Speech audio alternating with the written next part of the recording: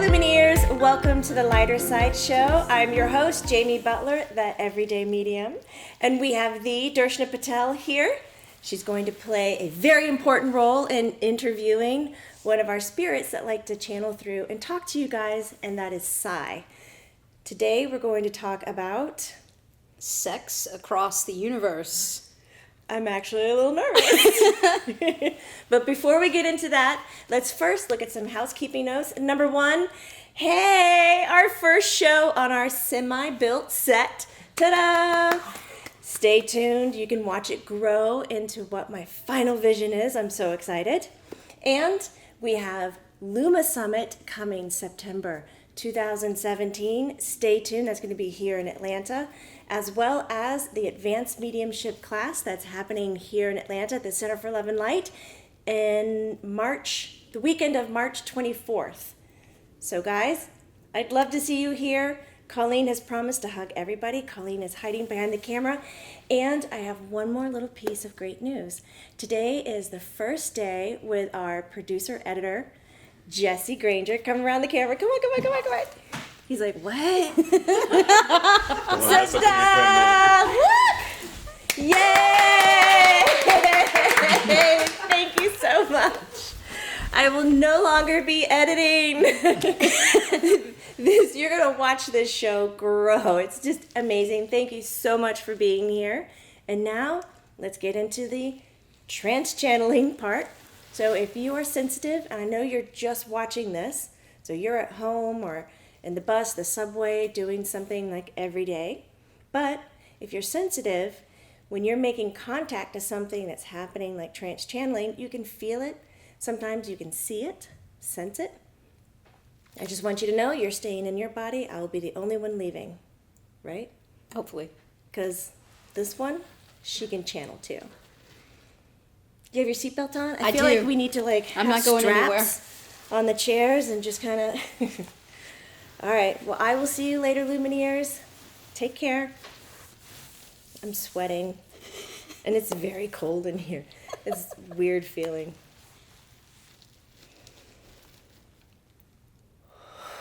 I have really stupid stuff running through my head right now, like, do I have deodorant on? I just wanted to share that because I don't know why. I'm nervous, so I talk.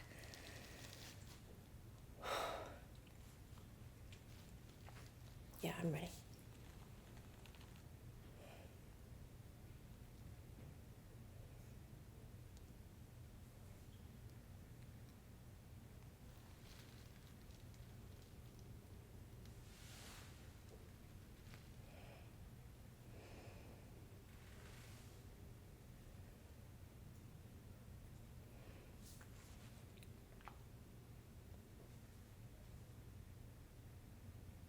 Hello.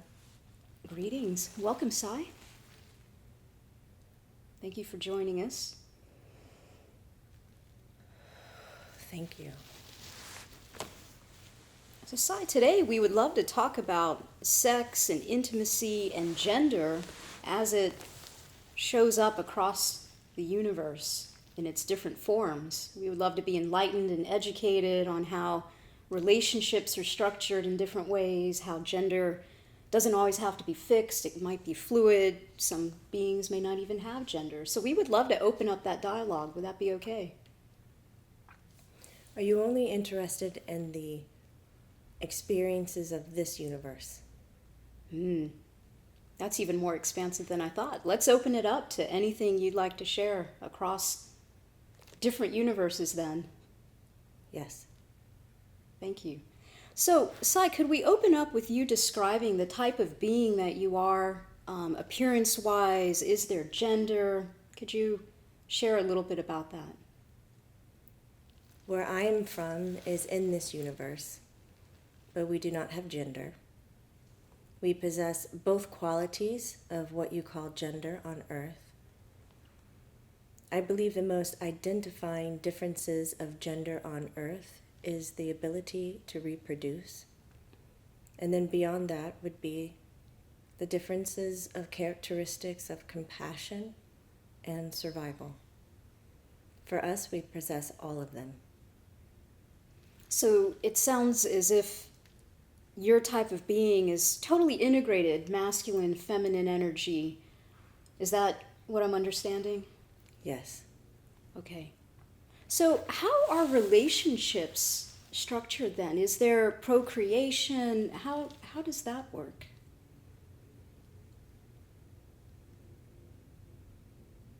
Can we first identify the differences between bodies and why there's a need of procreation? Please do. I know the viewers and yourself are asking the questions through the experiences that you've had on Earth. So through the lenses that you are viewing are very three-dimensional and with the eyes of separatism. So your concept of reproduction would be to allow more of yourself to arrive. Whereas I come from, all of us are there. There is no need to reproduce into another identity or to call forth what you might identify as a separate body to come to have experiences with. So in more depth of your question, could you ask it again? Yes, if I may first just recap what you're saying to ensure that I'm tracking and that our viewers are tracking. So are your beings more of a collective energy versus individualized souls or, incarnated beings? Yes, in many ways. Though my experiences, my growth is calculated to the whole, yet I possess them personally. Okay, so there's an individuated manifestation of this collective vibration of the beings of your type? Is that accurate? It is if the people on Earth could see in full their energetic body and their energetic systems and could feel them as if they were real in the sense that you like to determine real. And above your physical body, you have a real, tangible, energetic body that then is attached to all that is around it. And if you could understand and interact with that real, energetic system, you could then begin to understand how our livelihood works. I see.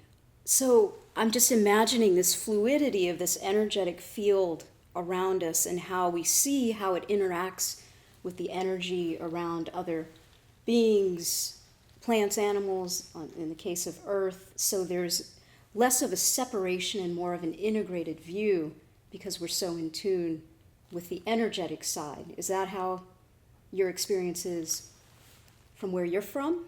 Yes, the energetic body and the physical body are identified as equal and of the same, and we use them equally. Fascinating. So I hope the viewers at home are tracking with the different viewpoint of the physical is not the limitation. It's energetic body is just as equal as the physical. In fact, it's more encompassing. That's fascinating. So then, Sai, in that kind of paradigm, you're saying that procreation isn't a necessity because all of you are already present. Yes. Wow. Wow, that's blowing my mind. Okay. Is there anything else you'd like to elaborate with the idea of not having procreation, since all the souls or all the beings, if you will, are already present? If there's a distinction you can draw from the human experience. We are present. We are healthy. We do not have bodies that decay. We do not have bodies that need food for survival. We do have what you would call conflict, where there are thoughts or actions that go against other thoughts or actions, but they do not result in war. So there is not the sense of death that you have on Earth. There is not a sense of a cycle of being young, middle-aged, old, and then into death and the beyond. For us, we call it Naktu.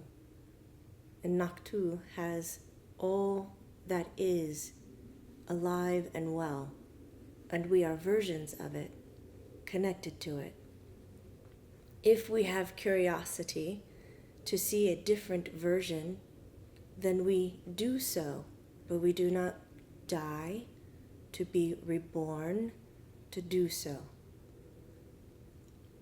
Wow, okay. So Naktu it's a term that encompasses all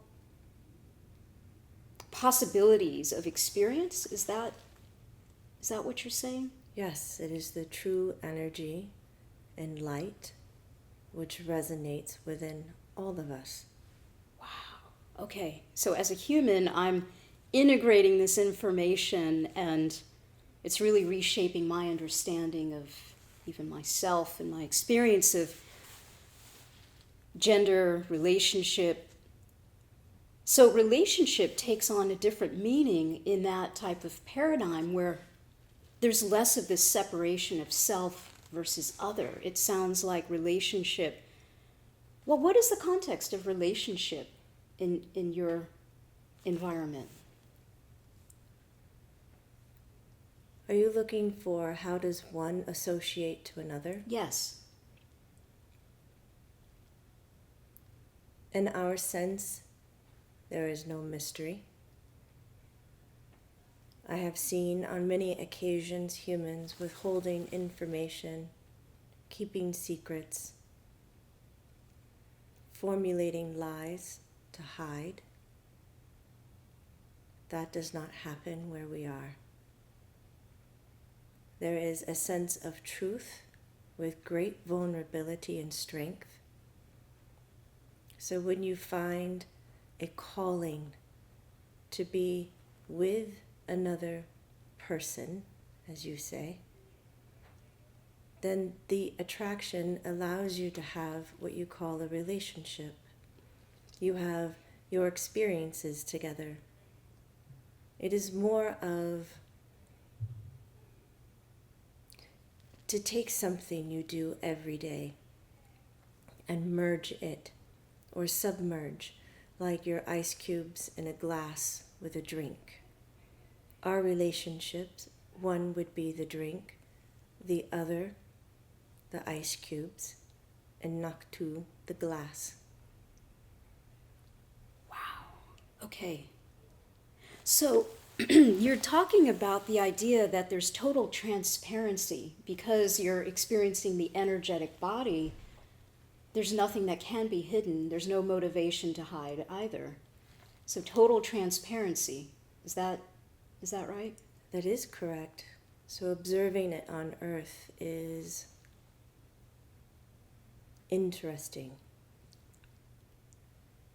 Why do you think here on Earth we have that notion of not being transparent, where there are aspects of ourselves that we choose to hide from one another, especially often in our most intimate relationships?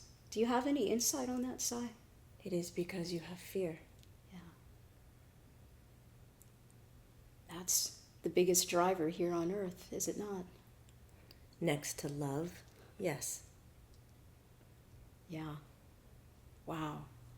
So then in the context of intimacy, do you, from where you're from, have certain attraction to other individuated beings, other individuals as part of this collective that you then want to merge with either energetically or in some way share the experience of this energetic union? We do. What are you asking? How does intimacy appear in your world? It appears through attraction. So there is such a thing as still being attracted to other selves. Yes. but it is different than on earth. We observe that on earth it is first the eyes that see the attraction, which leads down many roads that dead end. With us, it is the heart, the energy, that sees the attraction, and this makes it pure. Understood. So, in terms of gender, being a genderless type of being, what is your insight on the human experience where we have masculine, feminine, and we find ourselves somewhat fixated in that polarity, that duality of masculine, feminine? Are there any insights, Sai, that you would like to share about gender here on Earth? But this is something that is so beautiful about Earth. The duality. The far extremes of your belief system all exist at once, even when they align and even when they are in conflict. Your Earth chooses to hold on to all of it. Which is why, as an outsider, we see that the Earth stays in its vibration, that it does not increase into what many of you call enlightenment or to rise above, because all of you must go together.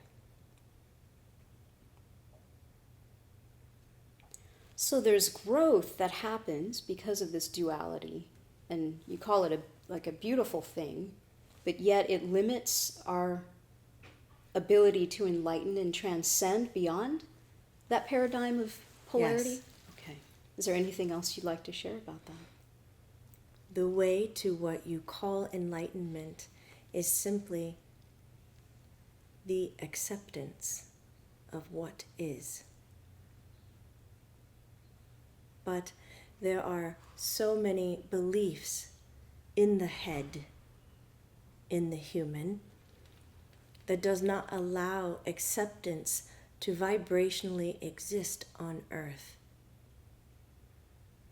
By blocking acceptance and not allowing that vibration, it grants certain power to people. And it is through this misalignment of power that you cannot achieve the enlightenment that you are looking for. But as I share, I want your heart to hear me, not your ears, not your eyes. I want your heart to know that in the process where you are, that it is beautiful. And there are many of us on the outside protecting you, helping you.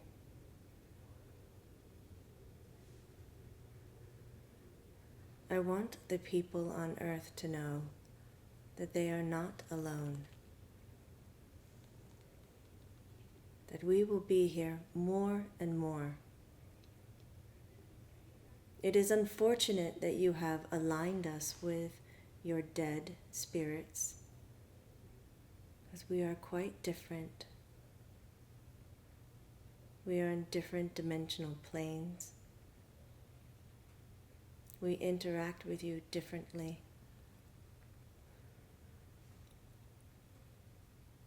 Though we are all looking for acceptance, please do not put us all together. It's beautiful. It's nice to know that we have support from so many beings like yourselves that are helping us step into more wisdom, to expand our experience here on Earth and to get a deeper perspective of the challenges of a human, but then arriving at a place of peace by integrating all of this multi-universal information. So thank you for that. So Sai, along the lines of relationship and intimacy, you mentioned kind of the multiverse, right? Why talk about the universe? Let's talk about the multiverse. Are there other beings that you're in contact with, and can you enlighten us on their ways of relationship, intimacy, gender, some of the things that we've talked about already? Yes. And some are here with us today. And here with the viewers as they watch. Could you please share how they are, I guess, designed in terms of gender, if that exists, and relationship? Is there sexual intercourse? How does that work? Let's go from what you know. You know masculine, feminine. These definitions, masculine cannot reproduce, feminine can. Mm-hmm. Correct. And many of the other worlds that you will experience, this is true. Masculine, feminine, one who contributes and one who produces.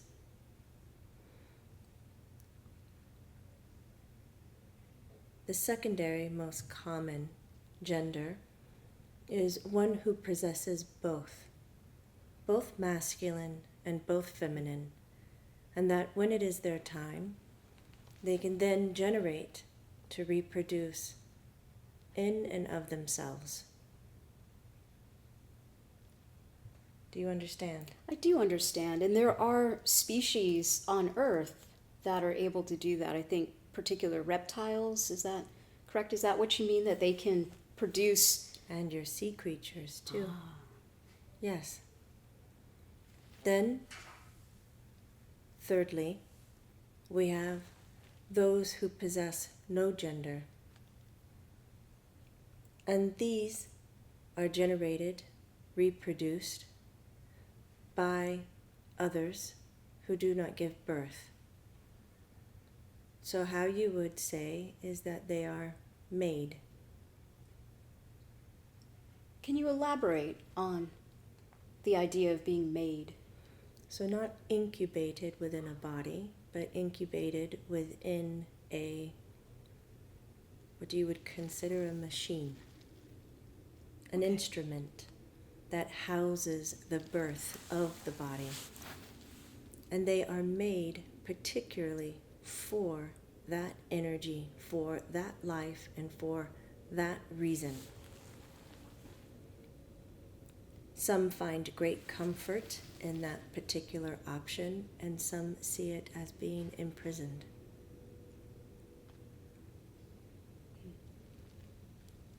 Imagine if you were made only to be an artist, that you would never understand money, numbers,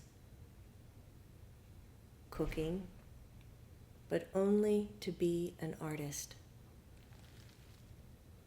You can hear the listeners agree, and you can hear some of them disagree. Why would my option be taken away? Because in some of our worlds,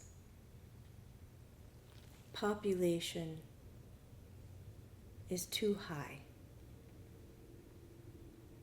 And randomly getting someone who would fulfill the right task is not something that can be afforded. And therefore they are made for the task. It is a way to preserve their world. It is a way to sustain. A lot of how gender is and what reproduction is in other dimensions and worlds will go against your deepest beliefs. Humans are righteous. They take pride in the fight of choice and not being condemned to one thing. There is a lot of survival on earth. It is embedded within you. And we have watched it for centuries.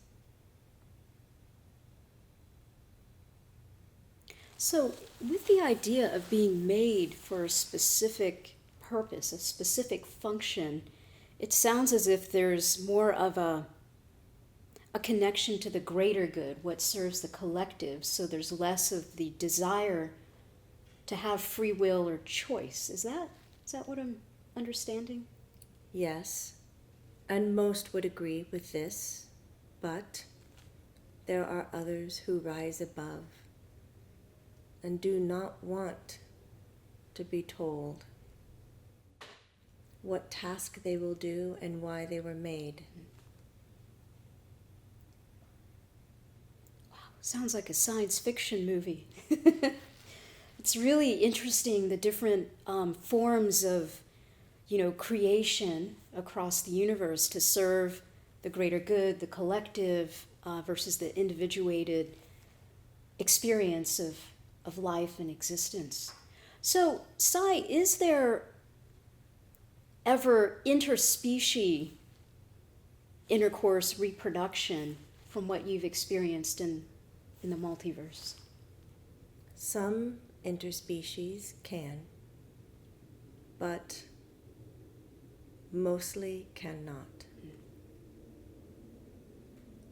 For the ones that can, is it based on free choice, free will, or is it more of, are they doing it to sustain some type of relationship between different beings, for example, to create peace between worlds?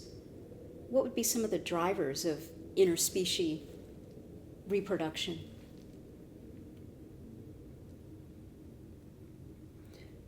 There is also something you have not mentioned, which is what you call rape on Earth.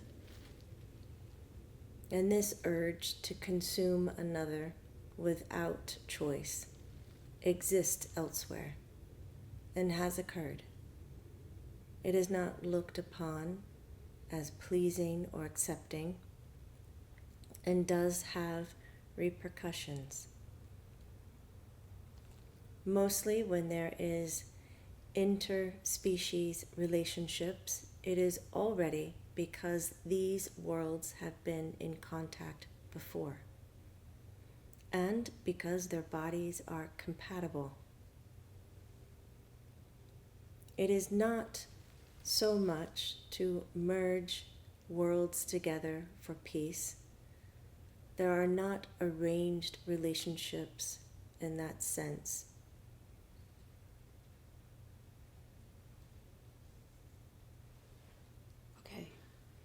Wow, so the idea of rape does exist in other worlds. So there is the idea of a negative polarity, the self-serving energy. Self-serving. Yes, we have a few worlds who are very much like Earth. Earth is self-serving and fastly growing out of it.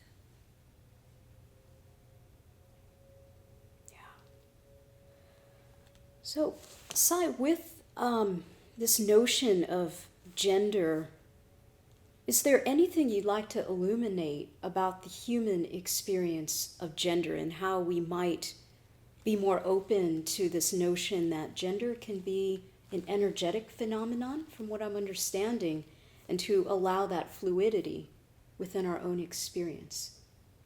Is there anything that you'd care to share about the expression of gender on Earth?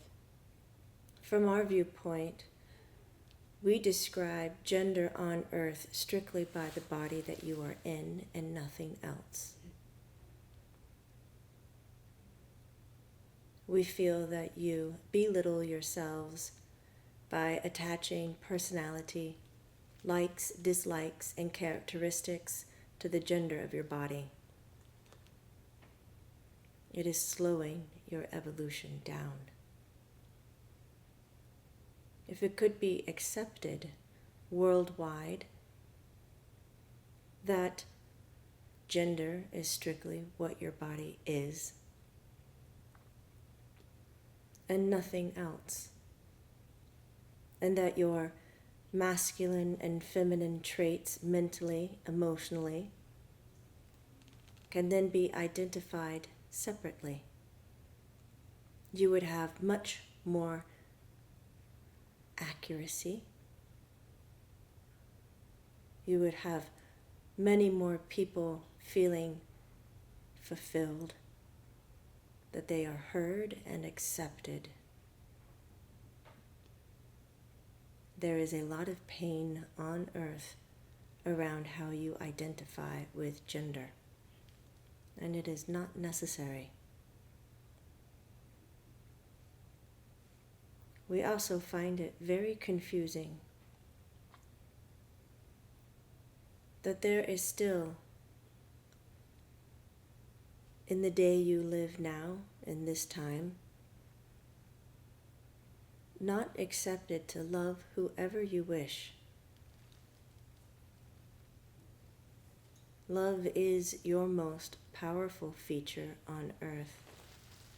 It does not need to be confined.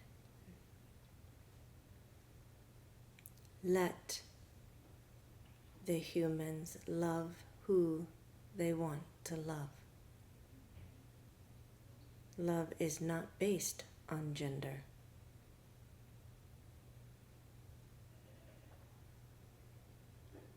I appreciate that perspective, Sai. So, is the invitation then to see gender as just that physical characteristic, but then to transcend the physical and appreciate the energetic side of the masculine and the feminine, which we do inherently each possess? Yes, and we've noticed in humans, let's say if I observe a female body, yet when I observe her mentally, she is very masculine. But when I observe her in 3 weeks, she can appear to be extremely mentally feminine. So there is a sense of ebb and flow. There is a sense of change mentally between masculine and feminine. And to demand that a person must identify with only one from the beginning of their physical time to the end of their physical time is too much of a heavy burden to place on anyone. It almost sounds as if, going back to the notion of being made for a specific function, in this world we treat gender kind of the same way, like we're made to be female or made to be male, and there are particular functions that go along with it. So maybe we can evolve that perspective and realize that we're just energetic beings and that the physical is simply an attribute, but we can experience both sides of the giving, the receiving, the masculine, the feminine, in order to experience all that we are. Yes. That's beautiful. And in the same way, appreciate the qualities of your physical body, be it strong, small, capable of giving birth or not capable of giving birth. These acceptances of the physical body are very important. Sai, do you have any pointers on how we might help ourselves accept our physical bodies from a day-to-day point of view? I would first like humans to know that the physical body is the only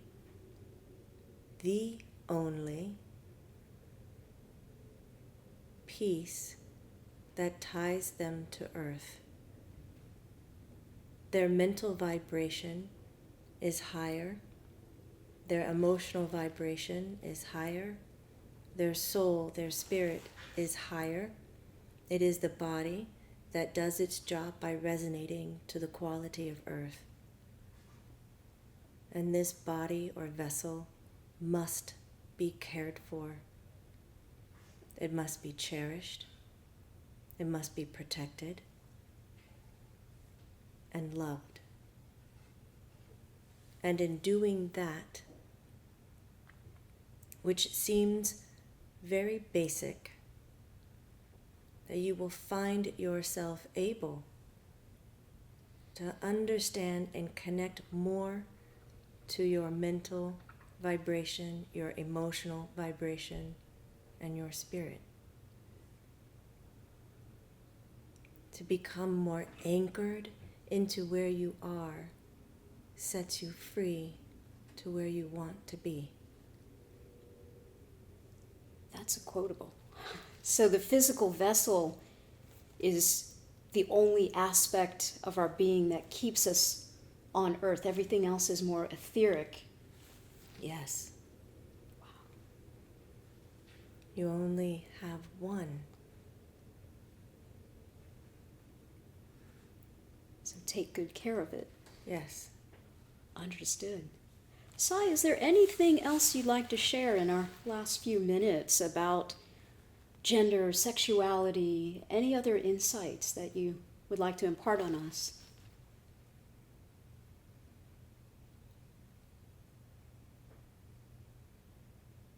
Sometimes I forget you cannot hear me.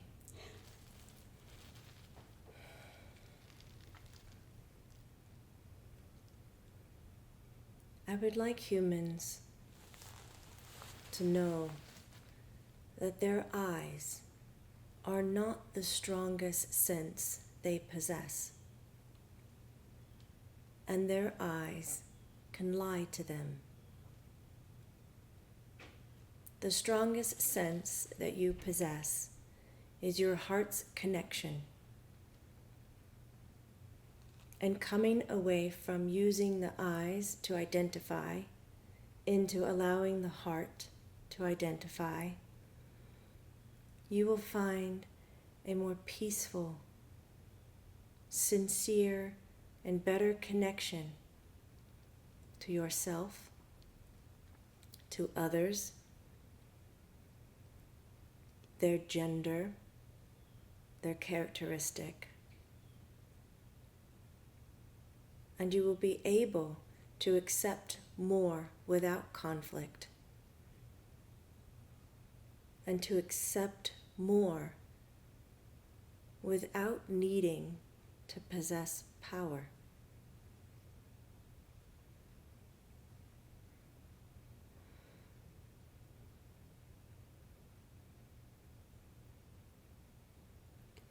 There are many things that we wish to share, and in knowing that I can return and that I can speak to you, it is my hopes to continue the dialogue.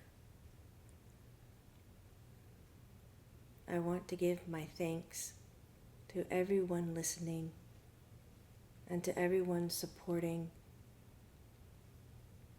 and to everyone seeking to understand more.